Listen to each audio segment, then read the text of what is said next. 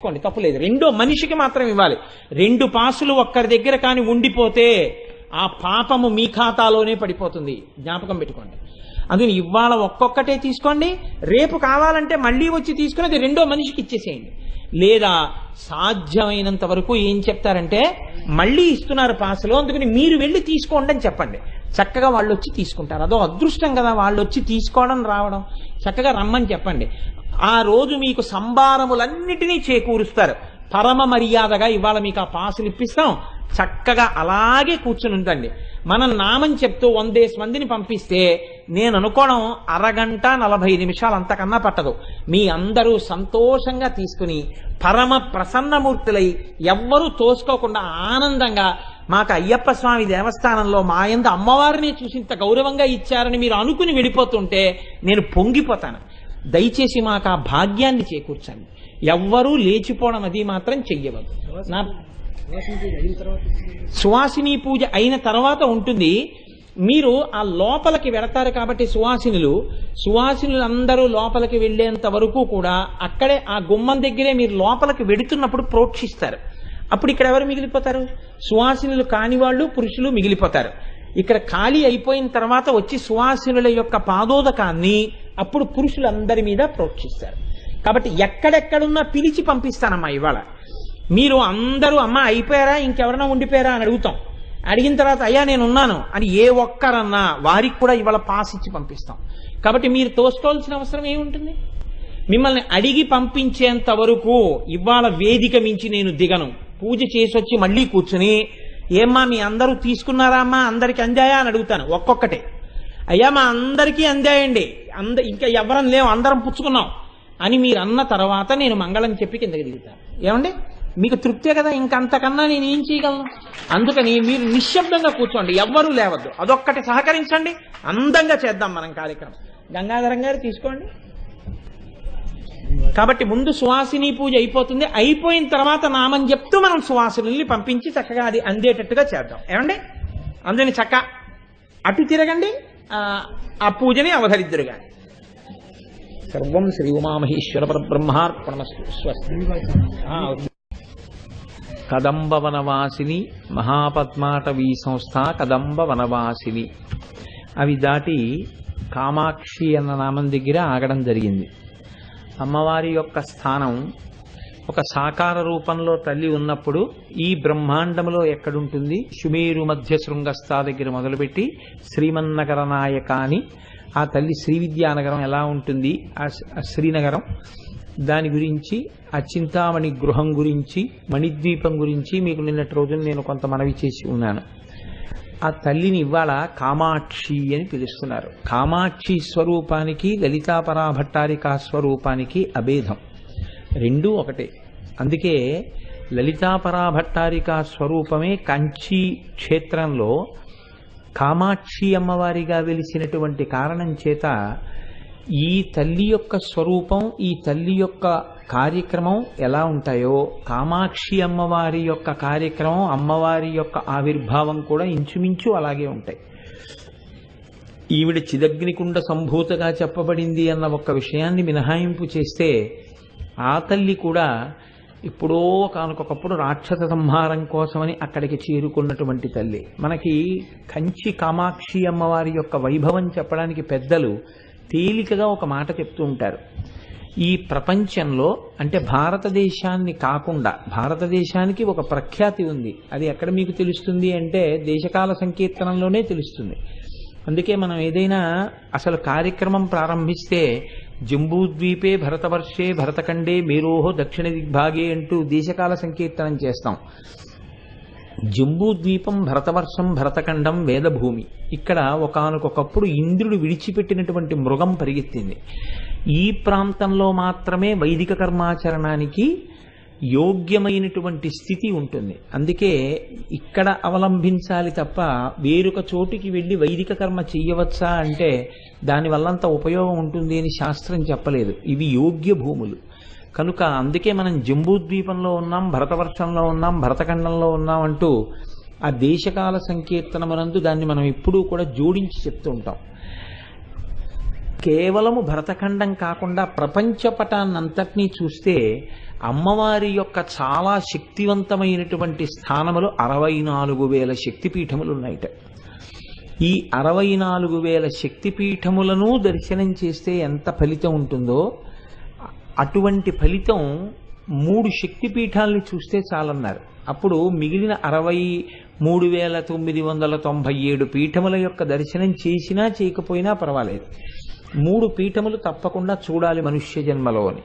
అందులో పంజాబ్ రాష్ట్రంలో ఉండేటటువంటి జలంధర్ అనబడేటటువంటి నగరంలో ఉన్నటువంటి అమ్మవారి యొక్క పీఠాన్ని జలంధర పీఠము అని పిలుస్తారు. ఆ పీఠంలో ఉండేటటువంటి అమ్మవారి దర్శనం చాలా గొప్ప శక్తివంతమైనటువంటి దర్శనం కాబట్టి అక్కడ అమ్మవారి దర్శనం చెయ్యాలి అని. 2, అస్సాం రాష్ట్రంలో ఉండేటటువంటి కామరూపులో ఓడ్యాన పీఠం, ఓడ్యాన పీఠం అంత శక్తివంతమైన పీఠం. 3, దక్షిణ భారతదేశంలో ఉన్నటువంటి కాంచీపీఠం. మళ్ళీ ఈ 3 కూడా దర్శనం చేయలేని వాళ్ళు ఏ ఒక్కటి చేస్తే చాలని అడిగారు. ఒక్క కంచి వెళ్ళి కంచిలో కామాక్షి అమ్మవారి దర్శనం చేస్తే చాలు అని. అందుకే అయోధ్య, మధుర, మాయా, కాశీ, కాంచీ, అవంతిక, పురి, ద్వారవతి చైవ సప్తైతే మోక్షదాయక అని శాస్త్రం. ఈ 7 నగరములు మోక్ష నగరములే, వాటి ప్రవేశమే మోక్షానికి అర్హతనిస్తుంది.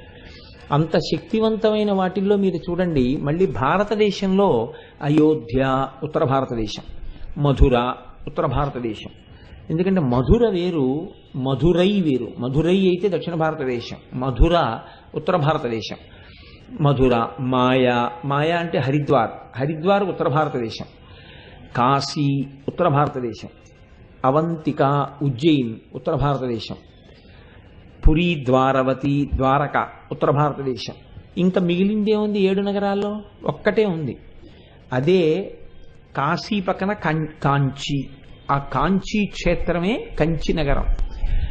దక్షిణ భారతదేశం మొత్తం మీద ఉన్న ఒకే ఒక మోక్షపురి కంచి. కాబట్టి అసలు ఆ కంచి నగరమే అంత గొప్పది. ఆ కాంచీ పట్టణంలో విజయం చేసి ఉన్నటువంటి కామాక్షి అమ్మవారు అపారమైనటువంటి శక్తి స్వరూపురాలు. అందుకే ఆ తల్లి దేవాలయం ఒక గమ్మత్తైన రీతిలో ఉంటుంది. ఆ దేవాలయం లోపలికి ఎలా వెడతామో బయటికి అలాగే రావాలి తప్ప దేవాలయం లోపలికి వెళ్ళి వేరొక ప్రాకారంలోంచి బయటికి వెళ్ళడం కుదరదు. శ్రీశైలాది క్షేత్రాల్లో మీరు లోపలికి వెళ్ళిన తర్వాత వేరొక ప్రాకారం నుంచి బయటికి వెళ్ళచ్చు. కానీ అలా కుదరనటువంటి క్షేత్రం కాంచీ క్షేత్రం. మీరు ఏ ద్వారంలోంచి లోపలికి వెడతారో ఆ ద్వారంలోంచే బయటికి రావాలి. గమ్మత్తు ఏమిటంటే కాంచీ క్షేత్రానికి పరిపాలకుడు ఎవరు అంటే ఆ క్షేత్రాన్ని పరిపాలన చేసేవారు, ఆ క్షేత్రంలో అమ్మవారిని నిరంతరం ఆ శక్తి వైభవాన్ని కాపాడేవారు ధర్మశాస్త్ర స్వరూపమైనటువంటి అయ్యప్ప స్వామి. అందుకే అయ్యప్ప స్వామి ఎక్కడుంటారో అక్కడ అమ్మవారు మరింత ప్రీతి చెందుతుంది. ఎందుకంటే ఆయన క్షేత్రపాలకుడుగా ఉంటాడు కంచి క్షేత్రానికి. మిగిలిన చోట్ల అయ్యప్ప స్వామి శబరిమలైతో సహా ఎక్కడైనా చూస్తే యోగపట్టంలో కాళ్ళు ఉంటాయి. ఇలా ఒక యోగపట్టం కట్టుకుని దాంట్లో 2 కాళ్ళు కొద్దిగా ఇలా విడివడుతూ ఉంటాయి. ఒక్క కాంచీ క్షేత్రంలో మీరు ఎప్పుడైనా చూశారో లేదో, పూర్ణా పుష్కళా సమేత అయ్యప్ప స్వామి వారి యొక్క కుడికాలు యోగపట్టంలోంచి జారిపోయి కిందకి వేలాడుతూ ఉంటుంది. చేతిలో ఇక్కడ చిన్ముద్ర పట్టి ఉంటారు ఆయన ఇలాగా.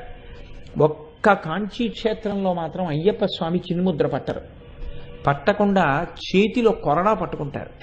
ఆయన క్షేత్రపాలకులు. అక్కడికి వెళ్ళిన తర్వాత అమ్మవారి దర్శనం కానీ, అమ్మవారి క్షేత్రంలో ఒకవేళ ఏదైనా ప్రవర్తించకూడని రీతిలో ప్రవర్తించడం కానీ చేస్తే అక్కడ పడేటటువంటి కొరడా దెబ్బ అయ్యప్ప స్వామి వారి చేతిలోంచే పడుతుంది. ఆయన క్షేత్రపాలకుడై ఉంటారు. ఆ అయ్యప్ప స్వామి అనుగ్రహం ఉంది కాబట్టే ఇవాళ ఇక్కడ అయ్యప్ప స్వామి ఆయనే కాబట్టి ఆయన క్షేత్రంలో లలితా సహస్రనామ స్తోత్ర వ్యాఖ్యానం జరుగుతోంది. లేకపోతే అంత తేలిక విషయం ఏం కాదది. కాబట్టి మహానుభావుడు కాంచీ క్షేత్రానికి పరిపాలకుడై ధర్మశాస్త్ర ఉంటారు. మీకు వారాహి దేవాలయం, రాజశ్యామల దేవాలయం కూడా ఏకకాలంలో చూడ్డానికి వీలైనటువంటి క్షేత్రం ఒక్క కాంచీ క్షేత్రమే. కంచిలోనే రాజశ్యామలకి దేవాలయం ఉంది, వారాహికి దేవాలయం ఉంది. అక్కడ ఉన్నటువంటి అమ్మవారు రాజశ్యామల 8 చేతులతో వీణ పట్టుకొని ఉంటుంది. అపారమైనటువంటి బుద్ధిని కటాక్షిస్తుంది, గొప్ప జ్ఞానాన్ని ఇస్తుంది. రేపు మీకు బహూకరించబోయేటటువంటి మూర్తుల మీద ఉండే రాజశ్యామల కూడా అలాగే ఉంటుంది. బుద్ధిస్వరూపిణి అయి విద్యాస్వరూపిణి అయి ఉంటుంది ఆ తల్లి. అంత గొప్ప క్షేత్రం ఆ క్షేత్రం.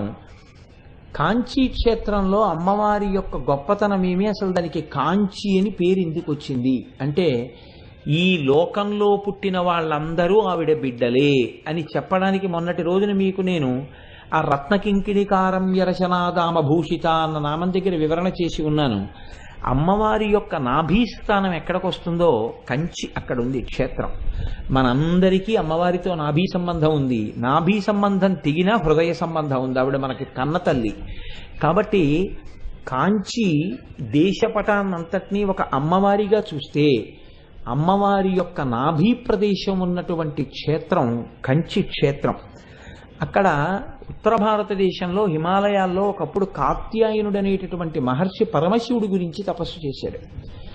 శంకరుడు ప్రత్యక్షమై నీకేం కావాలని అడిగాడు. నాకు అమ్మవారిని నా కూతురిగా చేసుకోవాలనుంది అని కోరిక వెలిబుచ్చాడు. నీకు తప్పకుండా నీ కోరిక నెరవేరుతుంది అని ఈశ్వరుడు అంతర్ధానమయ్యాడు. ఆయన అలాగే అనుష్ఠానాన్ని కొనసాగిస్తున్నారు. ఒకరోజు బోసి నవ్వులు నవ్వుతూ అత్యంత సౌందర్య రాశి అయిన ఒక చిన్న పిల్ల ఆయన కన్నులు మూసుకుని ఉండగా పాక్కుంటూ వచ్చి ఆయన తొడల మీద చెయ్యి వేసి ఆయన్ని బహిర్ముఖుణ్ణి చేసింది. ఆయన కన్నులు విప్పి చూసేటప్పటికీ ఆయన గుర్తించారు, ఆ త్రిపుర సుందరి ఆ జగదంబయే తనకి కూతురుగా వచ్చి ఒడిలో ఆడుకుంటోంది అని. కాత్యాయన మహర్షికి కుమార్తెగా వచ్చింది కాబట్టి అలా చంటి పిల్ల రూపంలో వచ్చి మహర్షి ఒళ్ళో ఆడుకుంటున్నటువంటి ఆ తల్లి పేరే కాత్యాయిని. ఆ కాత్యాయినికి యుక్త వయస్సు వచ్చింది.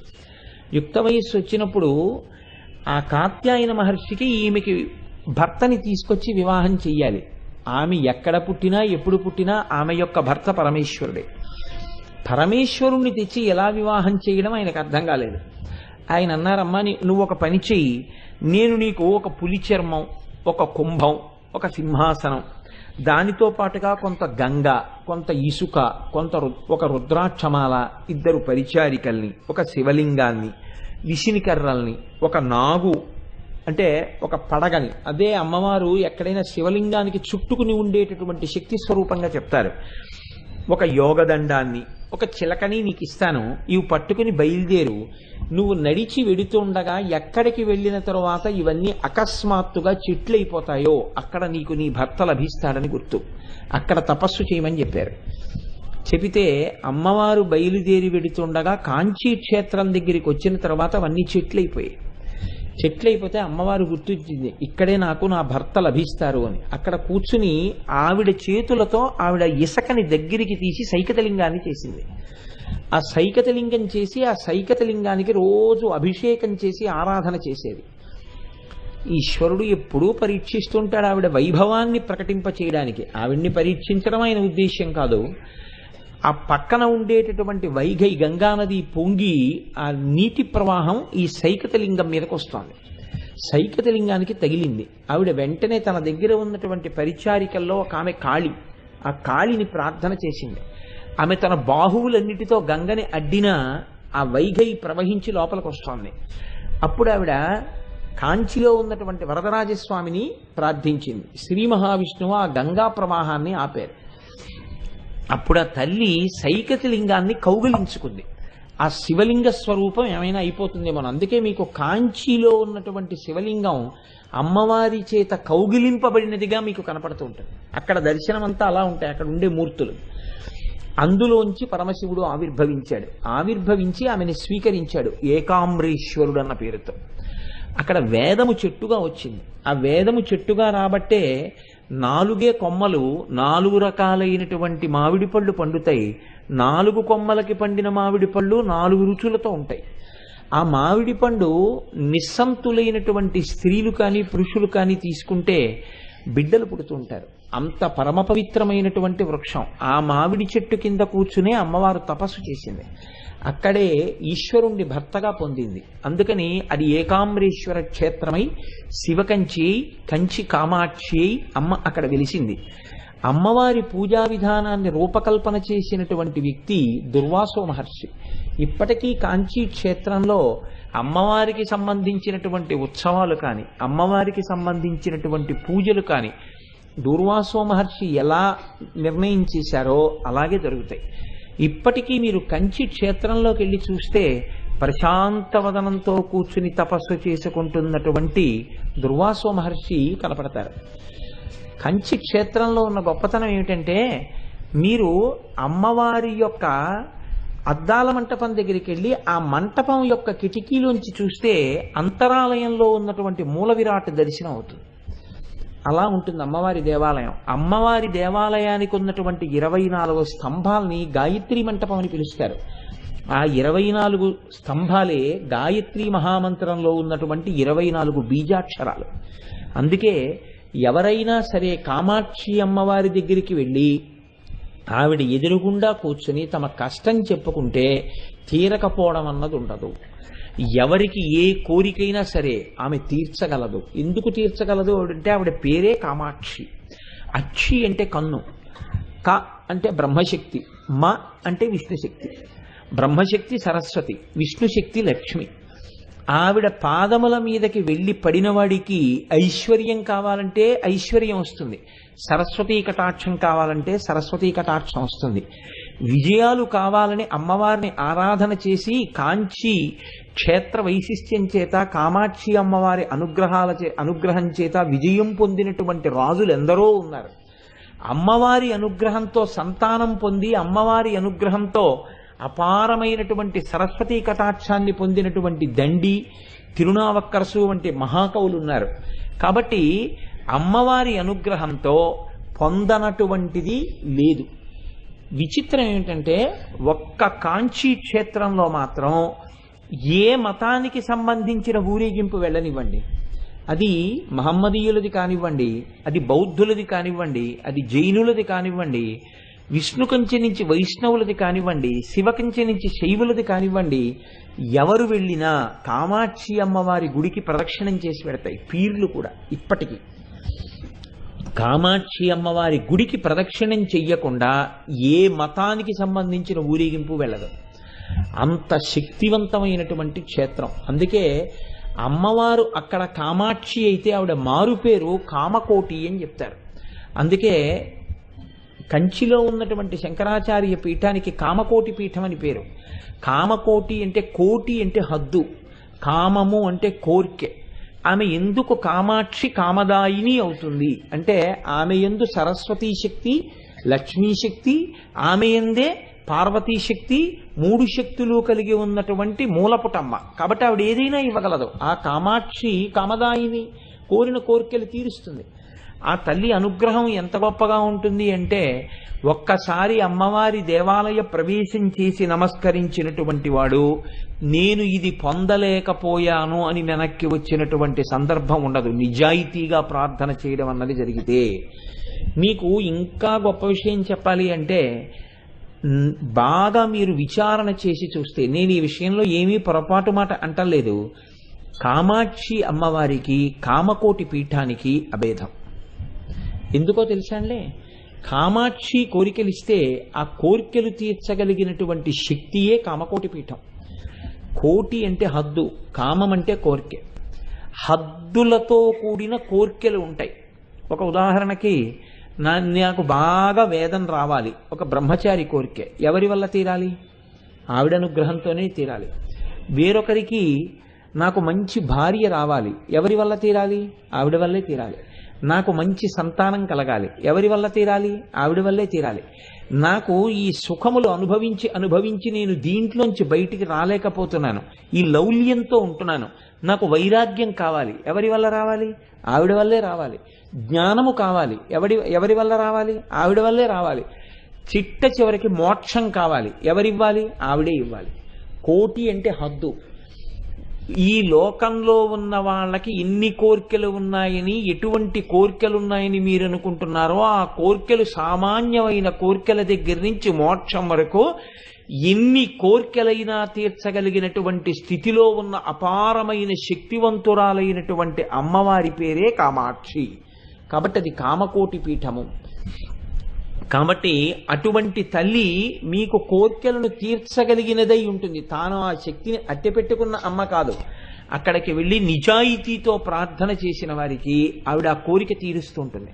అందుకే కామాక్షి కామదాయిని కాదు, కేవలం కోరికల్నివ్వడం కాదు, ఆవిడ దగ్గర ఏ కోరిక లేకుండా వెళ్ళి మీరు కూర్చుని నమస్కరిస్తే ఆవిడ మీకు కామేశ్వరుణ్ణి ఇస్తుంది. ఆవిడ కన్నులలో కామేశ్వరుడు ఉంటాడు. అందుకే ఆవిడ పేరు కామాక్షి. చంద్రశేఖర పరమాచార్య స్వామి వారు తరచు అంటుండేవారు, కామాక్షికి కామేశ్వరుడికి అభేదం, కామాక్షి యందు కామేశ్వరుడు ఉన్నాడు. నిన్నటి రోజున మీకు నేనంతా దాని గురించే చెప్పాను. ఆవిడ యందు ఆయన, ఆయన యందు ఆవిడ ఎలా ఉంటారు అన్న దాని గురించి.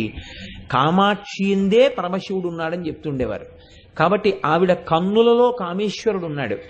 ఎవరు శివజ్ఞానం కావాలి అని తాపత్రయపడతారో అటువంటి వారికి తన చూపులతో శివజ్ఞానాన్ని ఆ తల్లి ఇయ్యగలదు.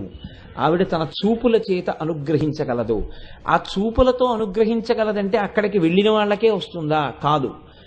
అటువంటి భక్తి వైరాగ్యములు కలిగినటువంటి వాడికి ఆ తల్లి అక్కడి నుంచి ఎక్కడ వరకైనా చూడగలదు. దృశాద్రాఘీయస్యాదరదలిత నీలోత్పలరుచా దవీయాంసం దీనం స్నపయ కృపయా మమపి శివేని కదా శంకర భగవత్పాదులు అన్నది. ఈ బ్రహ్మాండములు ఎంతవరకు ఉన్నాయో అంతకన్నా ఎక్కువ దూరం చూస్తుంది ఆవిడ. కాబట్టి ఎక్కడ అటువంటి యోగ్యుడున్నాడో అటువంటి వాడి మీద అమ్మవారు తన అనుగ్రహ వర్షాన్ని కురిపిస్తుంది. కురిపించి కామేశ్వరుణ్ణే అందిస్తుంది. అంటే శివజ్ఞానాన్ని ఆవిడ కృప చేస్తుంది. కాబట్టి ఆవిడ కామాక్షి కామదాయిని. ఈ విషయం చెప్తుంటే నాకు ఒక సందర్భం జ్ఞాపకానికి వస్తోంది. చంద్రశేఖర పరమాచార్య స్వామి వారు పీఠాధిపత్యం చేస్తున్న రోజుల్లో ఆయన శివస్థానం అని ఉంటుంటుంది. అక్కడే ఉన్నటువంటి ఒక గుడి, ఆ శివస్థానంలో కూర్చున్నారు. అంటే స్వామివారి దేవాలయం శివాలయంలో కూర్చుని ఉండగా ఆ చుట్టుపక్కల ఉన్నటువంటి ఒక పల్లెటూరు నుంచి ఒక పేద బ్రాహ్మణుడు ఒకడు వచ్చాడు. ఆయన పీఠానికి వెళ్ళి పరమాచార్యుల వారు ఎక్కడున్నారు అని అడిగితే శివస్థానంలో కూర్చుని ఉన్నారన్నారు. మహానుభావుడండి పరమాచార్య అంటే. పరమాచార్య లాంటి వ్యక్తులు పుట్టడం అంటే మళ్ళీ అమ్మవారి అనుగ్రహం ఉంటే పుడతారంతే. పరమేశ్వరుడు పుట్టాలి పరమాచార్యుల వారి అంతే. మన అదృష్టం పరమాచార్య స్వామి వారు కొద్దిగా మన వెనకాతల ఉన్నటువంటి వ్యక్తి అని చెప్పుకోవడం. అసలు ఆయన ఉన్నప్పుడు మనం కూడా ఉన్నాం. ఎందుకంటే పరమాచార్య స్వామి వారు ఈ మధ్యనే కదండి ఒక 15-20 సంవత్సరాల క్రితం శరీరం వదిలిపెట్టారు. కానీ దురదృష్టవంతుడిని నేను వారి దర్శనం వారి శరీరంతో ఉండగా చేయలేకపోయాను, అది వేరు విషయం అనుకోండి. కానీ వారి దర్శనం నేను చేయకపోవడం ఏమిటి? నేను ప్రతి క్షణం వారి దర్శనం చేస్తూనే ఉంటాను. ఎందుచేతనంటే వారు ఎక్కడో లేరు, నాకు ఇక్కడే ఉన్నారు. నాకంత పరమభక్తి పరమాచార్య అంటే. ఎంత నాకు ఆయన అంటే పరమభక్తి అంటే, పరమాచార్య స్వామి అంటే నాకు ఎంత నమ్మకం అంటే, నాకు ఏదైనా తెలియకపోతే పరమాచార్య చెప్తారు. నాకంత విశ్వాసం. నిజంగా కూడా ఆయన అలా చెప్తారు. కాబట్టి నాకే కాదండి, నమ్ముకున్న వాళ్ళని ఎవరినైనా కాపాడతారు. మీకు ఒక రహస్యం చెప్తున్నాను. గణపతి స్థపతి పద్మశ్రీ అవార్డు గ్రహీత, ఎటువంటి శిలలోనైనా కావలసిన విగ్రహాన్ని చెక్కగలిగినటువంటి నైపుణ్యం ఉన్నవారు. వారికి ఈ మధ్య ఒక వాహన ప్రమాదం జరిగి మంచంలో పడిపోయారు. ఆయన ఏమని ఏడ్చారో తెలుసా అండి? ఆయనకి బాగా సన్నిహితుడైనటువంటి వ్యక్తి వారిని చూడ్డానికి వెళ్ళాడు. నేను ఉపన్యాసాలు చెప్పడానికి చిత్తూరు వెళ్ళాను. ఆయన నాతో అన్నారు, కోటేశ్వరరావు స్థపతి ఏమని ఏడిచారో తెలుసా అన్నారు. ఏమని ఏడిచారండి అన్నాను. అంటే పరమాచార్య ఉంటే నాకు ఈ దుర్గతి కలిగేది కాదని ఏడిచారండి అన్నారు. పరమాచార్య అంటే సాక్షాత్ అమ్మవారండి, మహానుభావుడు ఆయన. అటువంటి పరమాచార్య శివస్థానంలో కూర్చునుండగా ఈ పేద బ్రాహ్మణుడు వెళ్ళి నమస్కారం చేసి, ప్రియవర్ మీరే నన్ను ఆదుకోవాలి అన్నాడు. అంటే ఏమి నీకేం కష్టం వచ్చిందని అడిగారు. అడిగితే నాకు ఒక్క కూతురు పరమపేద బ్రాహ్మణుణ్ణి, మంచి సంబంధం కుదిరింది, వాళ్ళు 13 కాసుల బంగారం అడుగుతున్నారు. నాకెక్కడిది పేదవాడిని, నాకు ఏం చేయాలో అర్థం కాక మీ దగ్గరికి వచ్చాను, మీరే నాకు ఆ 13 కాసులు ఇప్పించాలన్నాడు. అమ్మవారిని ఎలా అడుగుతారో ఆయన అలా అడిగేవారు.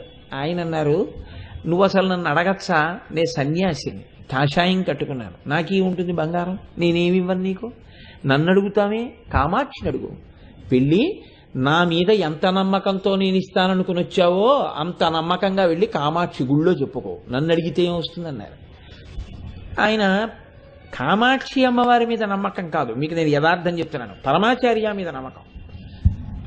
గురువుగారు చెప్పారు కాబట్టి వెళ్ళిపోయి కామాక్షి అమ్మవారి గుళ్ళో కూర్చుని కామాక్షి అమ్మవారిని ఆరాధన చేసి ఆవిడికి చెప్పుకున్నాడు ఆయన, అమ్మ 13 కాసులు బంగారం కావాలి. నేను రాలేదు నీ దగ్గరికి, స్వామివారు చెప్పారు వెళ్ళమని, అందుకు వచ్చాను. నిజాయితీ ఏనండి. అందుకని వచ్చి నీకు నమస్కారం చేశాను, 13 కాసులు బంగారం ఇప్పించు, పెళ్ళి అవ్వాలి. ఈయన ఏం చెప్పారు, వెళ్ళి కామాక్షికి చెప్పన్నారు. అంతే, అయిపోయింది ఆయన పని. ఆయన దృష్టిలో ఏమిటంటే ఇవ్వవలసిన వారు మాత్రం పరమాచారి అయ్యే. అందుకని ఇక్కడ నమస్కారం పెట్టేసి ఈవిడికి చెప్పేసి ఆయన మళ్ళీ వెళ్ళిపోయారు శివస్థానం దగ్గరికి. పరమాచార్య కూర్చుని ఉన్నారు. ఈ పేద బ్రాహ్మణుడు వస్తున్నాడు. ఈలోగా ఒక పెద్ద ధనవంతుడు ఒకడు ఉత్తర భారతదేశం నుంచి స్వామివారు ఇక్కడ ఉన్నారని తెలిసి ప్రత్యేకం కంచి దర్శనానికి వచ్చాడు. వచ్చి స్వామివారి దర్శనం చేసుకుని లేచి వెళ్ళిపోతూ ఓ పొట్లం ఒకటే అక్కడ పళ్ళెంలో పెట్టాడు. ఏమిటదని అడిగారు స్వామి. నా దగ్గర ఏదో కొద్దిగా బంగారం ఉంటే తెచ్చానండి అన్నాడు. నేను సన్యాసిని, నాకెందుకు బంగారం పట్టుకుపోన్నారు అంటే, అబ్బాయి అలా అనకండి, మీ ఇష్టం, మీరు ఎలా కావాలంటే అలా వాడండి దాన్ని అన్నారు. అలా అయితే అలా అంటావా అన్నారు. అవును అన్నాడు. సరే అలాగే వాడతాలే, వెళ్ళిపోవాలి. శుభం భూయా, వెళ్ళిరా. అతను వెళ్ళిపోయాడు. ఈ పేద బ్రాహ్మణుడు వచ్చాడు. మీరు చెప్పమన్నారు, చెప్పేశాను కామాక్షికి, ఎప్పుడు వస్తాయి 13 కాసులు అన్నాడు. అంటే ఆయన నవ్వి అన్నారు, ఆ పళ్ళెంలో ఏముందో మూట విప్పి చూడన్నారు. విప్పి చూశాడు. స్వామి బంగారు కాసులు అన్నాడు. ఎన్నున్నాయి? 13. చాలు పట్టుకుపో. ఆయన చేత్తో కూడా ముట్టుకోలేదు. తీసుకుపో, తీరిపోయిందని ఈ కోరిక. కామాక్షి అమ్మవారికి చెప్తే పరమాచార్యుల వారికి చెప్పినట్టే, పరమాచార్యుల వారి నోటితో అంటే కామాక్షి అమ్మవారికి చెప్పినట్టే. ఆ స్థాయి ఆయన యొక్క ఉపాసన చేత నడిచే దేవుడై మనం మాంసనేత్రాలతో చూడడానికి వీలైనటువంటి రీతిలో ఈ భూమి మీద కదిలారు పరమాచార్య. అటువంటి మహాపురుషుడు పుట్టాడు కాబట్టి సనాతన ధర్మానికి గొడుగై కాపాడారు. అటువంటి మహాపురుషులు లేకపోతే ఇవాళ వచ్చినటువంటి అతి ధోరణులు, పెడధోరణులతో కూడినటువంటి వాళ్ళ వల్ల సనాతన ధర్మం ఎక్కడుంటుందండి? అటువంటి మహాపురుషుడు వచ్చాడు కాబట్టి రక్షింపబడింది. కాబట్టి చూడండి, అంతటి మహాపురుషుడు. నాకు ఇది చెప్తుంటే ఒకటి గుర్తొస్తాను. నిన్ననే నాకు ఎవరో వేదిక దిగుతుంటే ఇచ్చారు.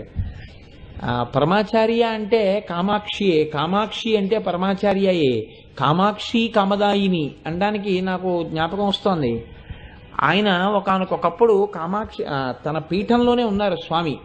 ఉండి పూజకి వెళ్ళిపోతున్నారు లోపలికి, చంద్రమౌళీశ్వరారాధనకి. ఒక పెద్ద ఆవిడ చిన్న పిల్లని తీసుకుని వచ్చింది.